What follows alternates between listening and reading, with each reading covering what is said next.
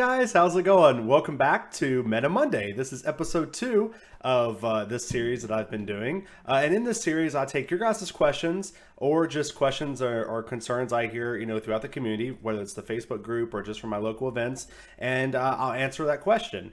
This week's episode is a question I hear quite a lot in my local events, and that is Objection a bad card? Now, if you guys aren't familiar with Objection, Objection is a 2-cost extra card with 1 blue, takes 1 blue to play, and it says active main, choose up to 1 card from your hand and add it to your energy.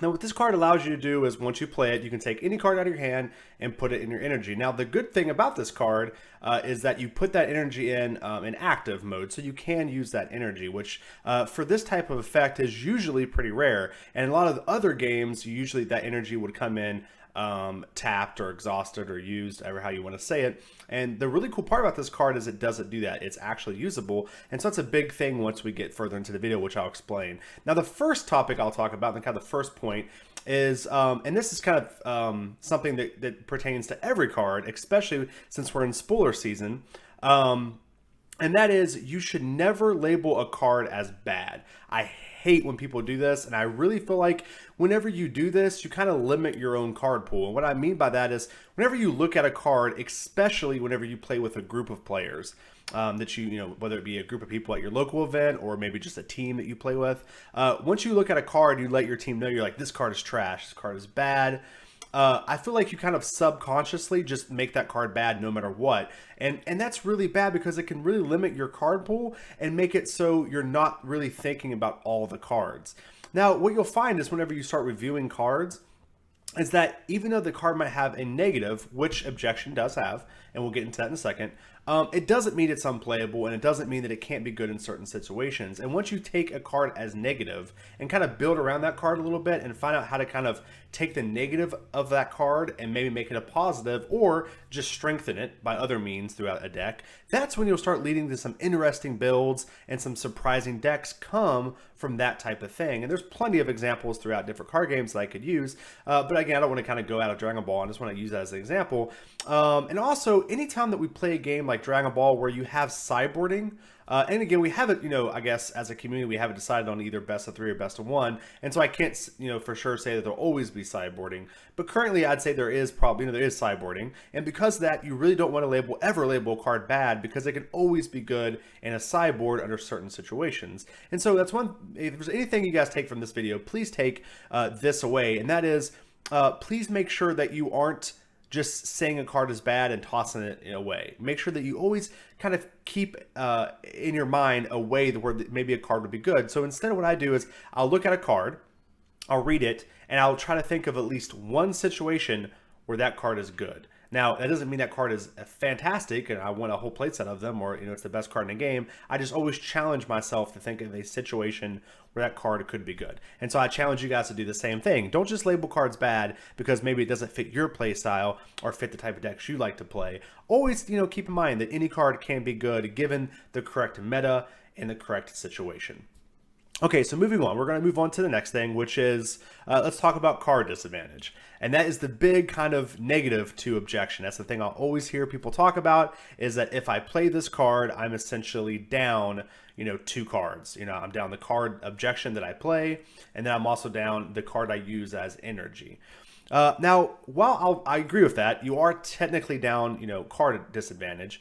The extra energy can often make up for that downside, because not only are you limited by cards in your hand, you are also limited by energy. And so it's important to remember for every situation that you look at the board and you say, man, I wish I had another card in my hand so I could survive this combo. A lot of times, if you had 1 more energy, you could have also survived that attack. And so that's something really important to remember, that in this game, your lifeline is your hand and your energy.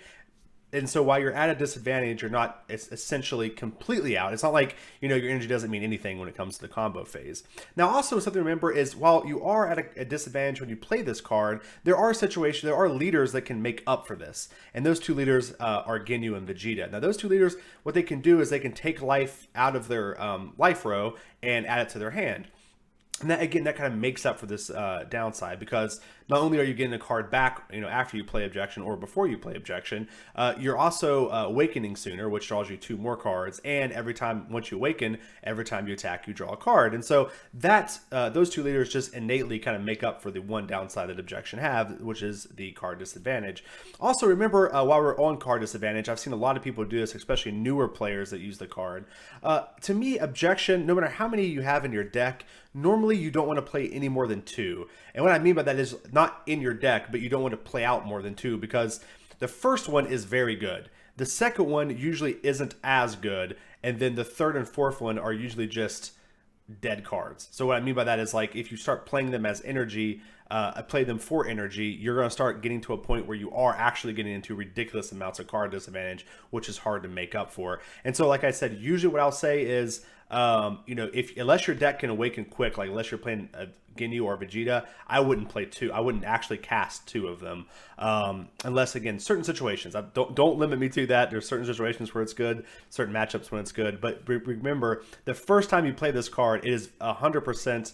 You're able to make up for the card disadvantage. But after the first one, it becomes much harder to make up for the card disadvantage. So keep that in mind. That's kind of the nitty gritty when it comes to the card disadvantage with Objection. Now, the next thing I'll talk about with Objection, being a turn ahead is actually can be a real advantage. And now I see a lot of people talking about the downside of Objection, that you are at a card disadvantage, but they never talk about the advantage, which is that you are a card up in energy, which is really important. You go from turn 2 to turn 3 on that turn, and then on your next turn, you're on turn 4 essentially, and that can really open up a lot of things. And the example that I'll always use is Hand Destruction.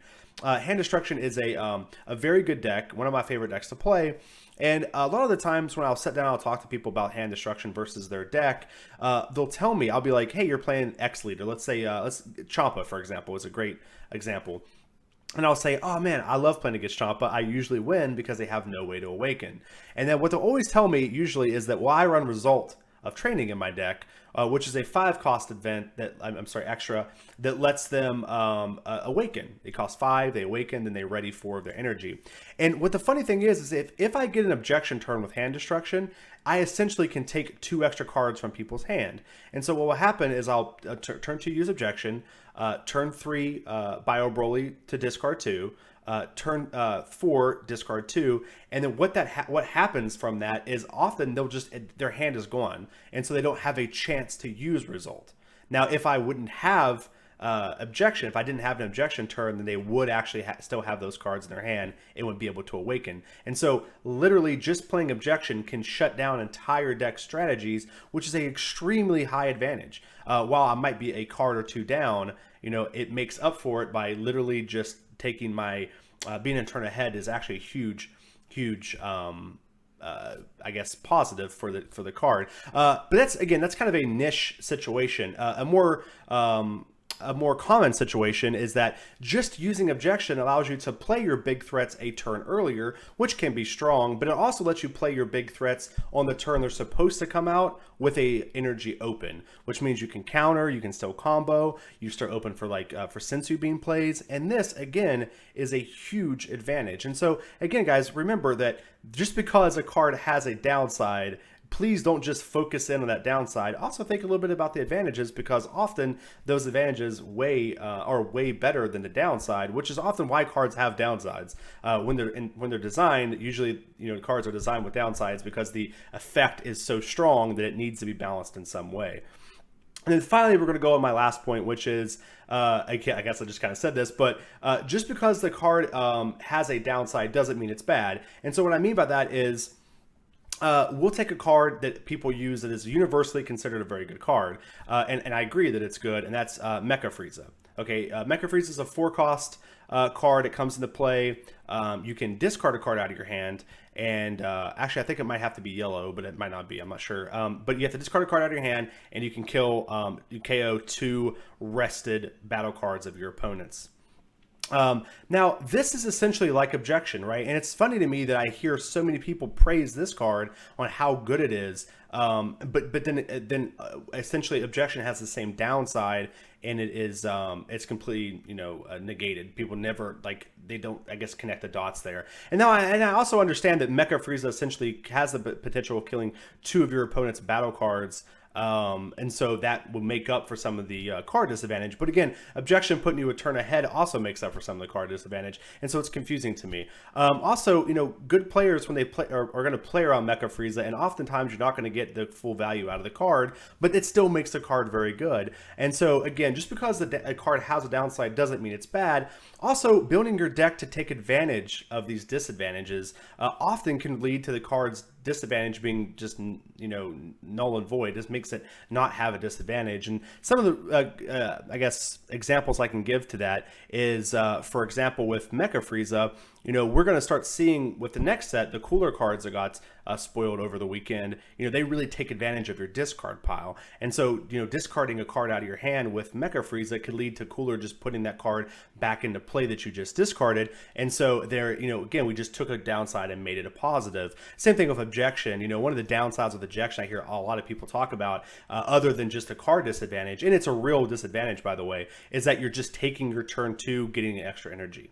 And that's very true. And what I mean by that is, if someone puts a threat, like let's say a Kaba on turn 1, and then on turn 2 plays like another Kaba or a 2-drop, and your turn 2 is just playing Objection and passing, while you are essentially a turn ahead, you are starting to get very far behind on board, which can lead to an insurmountable advantage for your opponent. And so again, one way to kind of strengthen that weakness of Objection is by running the starter Goku. And what he can do is every time he attacks, he can take 2 of his blue energy and ready it, and that's a good way to make up for the disadvantage. You can literally play Objection on turn 2 for free, essentially, and then still play a threat out, or even play another Objection, which allows you to result a training on your 3rd turn, which it completely destroys stall decks as well. And so again, taking somebody like a leader like Starter Goku can literally make up for the advantage of the disadvantages of Objection's energy tapping. And so guys, that's it for me. That's the 4 reasons why I think Objection is, and this is what I'll say. Objection isn't a bad card, guys. It's just a balanced card. And that's something you'll hear me say a lot with Objection. And, it does have its disadvantages. It does have its pros. And to me, that makes a perfectly balanced card. And, if your deck is a deck that wants to go late game, it wants to kind of, speed through your early turns and get to the more heavy hitting cards, then always think of Objection as a necessity. Always, try it out first, see how it works. If it works bad, if you're finding yourself not needing it, then scrap it. But Objection's a great starting point for most stall decks, most decks that want to go late, Beerus decks. And so always, guys, give it a try, even though it's bad. And remember, guys, again, never say a card is bad. Just always try to think of at least one positive thing to say about that card. All right, guys, so that's it for me today for Meta Monday. Remember, guys, please give me your guys' suggestions. What things do you want to hear me talk about on Mondays? What cards you want me to discuss? What topics would you guys like to hear about? Just leave it in the comment section below. If I like your idea, I'll do my Meta Monday on that topic, and then I'll pop up your comment too, so you guys can, I'll give you guys a little shout out for doing that. And once again, guys, thank you so much for the support. Now, remember, guys, tomorrow on Top 5 Tuesday, I'll be doing the Top 5 Volume 1 promos from the tournament packs. And so I'm really excited to do that.